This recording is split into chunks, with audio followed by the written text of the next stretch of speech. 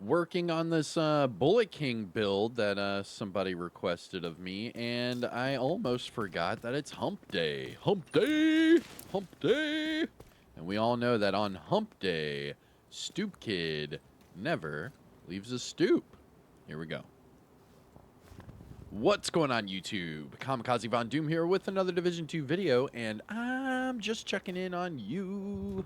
What's going on? How are ya? Now, today is February the 5th, and this is going to be your weekly vendor reset and must-buys for both Cassie Mendoza and Danny Weaver. So, like they always say, sit back, relax, grab that popcorn, don't forget to hit that like, subscribe if you haven't already, and let me know what you think in the comment section below. But before we get to Cassie Mendoza and Danny Weaver, we have to find the snitch. Now, the snitch is in over a dozen different locations throughout the map. So if you do not find the snitch here or you find the snitch somewhere else, please let people know in the comments where you typically find the snitch or where's the most popular spot you find the snitch. That way they can find them today and get to all of these vendors today. Remember that these vendors open and close. So if you don't get to them today, you're going to have to wait a day or two. All right, here we go. Hey, Now Agent, for my got some new snitch contracts. location, I am currently at coordinates 1408 by 3626. I'm just south of the 1040 safe house, and the fastest way to get here is to fast travel to the Jefferson Trade Center and just run across the street. Now, whenever you get that bounty from the snitch, just highlight the bounty, go to the details, and click abort bounty. That way you can keep it for later. But now that we have talked to the snitch, we need to look for the white shopping cart icons. There should be two of them. And one should be for Cassie Mendoza, and the other one for Danny Weaver. All right, shopping carts, there we go. So first up, oh, there's Danny Weaver. And you can see in the top left of your screen, it says vendors will close in 16 hours. So again, you have to find them today because at the daily reset, they will close. And then the other one, here's Cassie Mendoza. She is currently in Constitution Hall. So what I'm going to do is fast travel to the archive, and then I'll run over there to Cassie, and then we'll double back to Danny Weaver. The reason why I leave Danny Weaver for last is because he's just the textiles vendor. We know he's going to give us some caches, probably some exotics, things like that. So that's fine, but let's go check and see what Cassie has for us today, because sometimes she will surprise us with some goodies. All right, it's looking like she's way over here in the Pride section. Now, the reason why I say that is because there are a lot of Pride flags, and then you'll see the giant one right at the entrance. So you should know what I'm talking about. Oh, this is perfect. So I now have their aggro. Watch this. If I can make it. Oh my gosh. Maybe I can't make it. Oh no! Medical assistance needed. I was about to say if I make it. But alright, so you can see I'm in combat, right? But as soon as I go through this door, I will be out of combat. So you see the big pride flag, go through this door, and then if you go through these double doors, you will now be in a safe area. Boom. And you can see now I am not in combat. Pretty cool, right? Alright, let's run over here to Cassie Mendoza.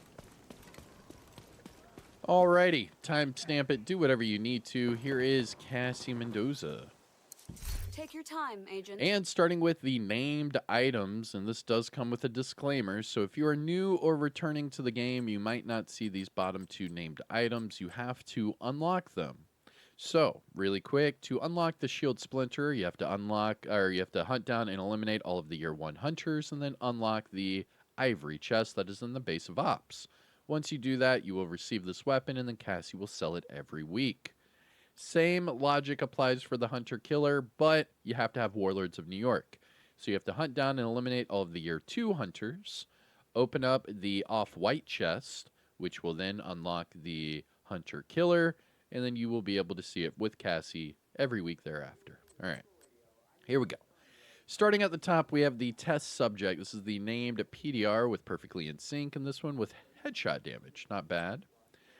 The attributes are decent enough to where you could just change the headshot off to damage to targets at a cover, and you can put this on a skill build if you don't want to use your capacitor.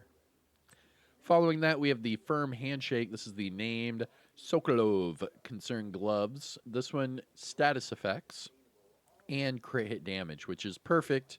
You could either, just max out the weapon damage, change it to an armor core, whatever you want, really. I mean, not bad. I typically don't use them because the status effects, in my opinion, are better spec'd into using like Golem gear or Electrique or something like that. But here they are, firm handshake. After that, we have the Shield Splinterer. This is the named F2000 with Perfect Optimist. And this one with damage to armor, and it has decent attributes. I mean, it's not bad. You could either keep it the way it is, max them out, or change it to damage targets at a cover. But either way, it's a good weapon. And finally, for the named items, we have the Hunter Killer chest piece, the named Golem gear chest with Perfect Intimidate. Now this one, health and explosive resistance. Both of those, nasty. I don't like them. Not at all. And here we are with the gear set items. We have a True Patriot backpack with pretty high armor and armor regeneration. That's a good one. The developers did say that they are reworking True Patriot, so I would hold on to your True Patriot stuff, put it in the stash, and then just wait and see what the developers are going to do to it. Following that, we have Aces and Eights chest piece with health, Rigger gloves with headshot damage, hardwired knee pads with skill haste, Aegis holster with weapon handling, and finally Cavalier mask with skill haste. Going to the high-end items, we have the Cabaret, the named SMG with Perfect Thunderstrike, and this one, max headshot damage, okay. Following that, we have a Paratrooper SVD with max health damage and close and personal. For the high-end items, we have a Petrov chest piece with headshot and crit hit damage with braced. And finally, Lingmo mask with headshot and crit hit damage. Looking at the mods, we have Crit Chance 5.0 and Firefly Speed of 8.5. Now, must-buys, things to look for from Cassie Mendoza. The test subject's not bad. Just change it to damage to targets at a cover. The shield splinter is not bad. Just change it, again, to damage targets at a cover. For the gear items, the gear set items, the True Patriot's good. That's really about it.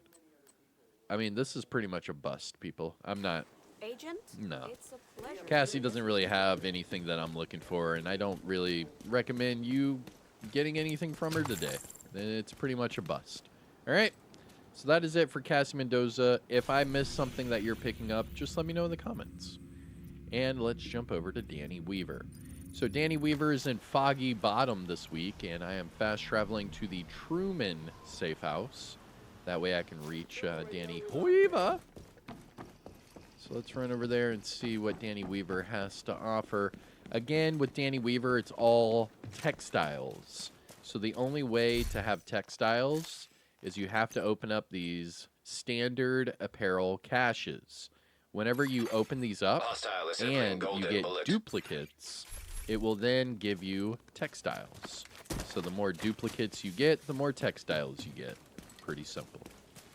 And now we can trade them in with Danny Weaver for exotic caches, named item caches, and things like that. However, you see my GPS, right? The line that I'm running with? It's about to mess up, so let me explain how. Oh, you can see this green doorway over there. That's where Danny Weaver is. But for some reason, the GPS wants me to keep running down here. I don't know why, but it does.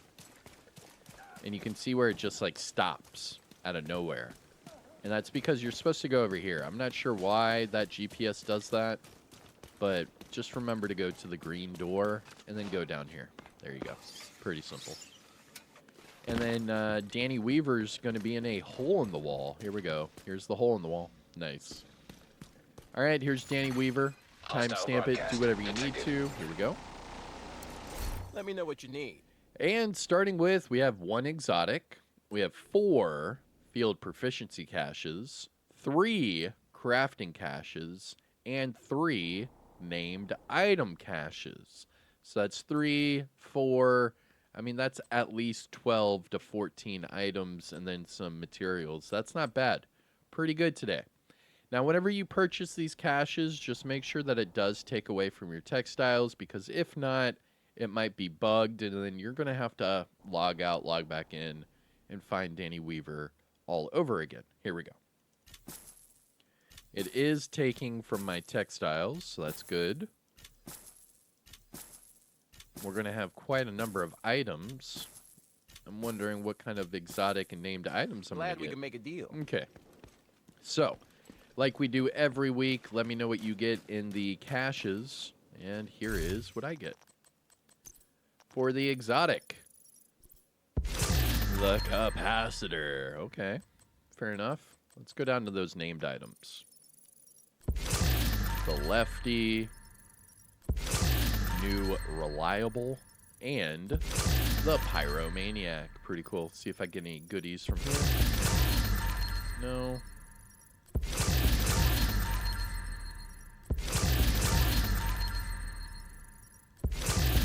Negative. All right. So the big ticket item I got was the capacitor. Very cool. All right. Let me know what you get in the comment section below. I am Kamikazevondoom. That was your weekly vendor reset and must buys for both Cassie Mendoza and Danny Weaver for today, February the 5th. Again, I'm Kamikazevondoom. Take care of yourself. Enjoy the rest of your day. And I'll see you in the next one. Peace out. I cannot be forsaken.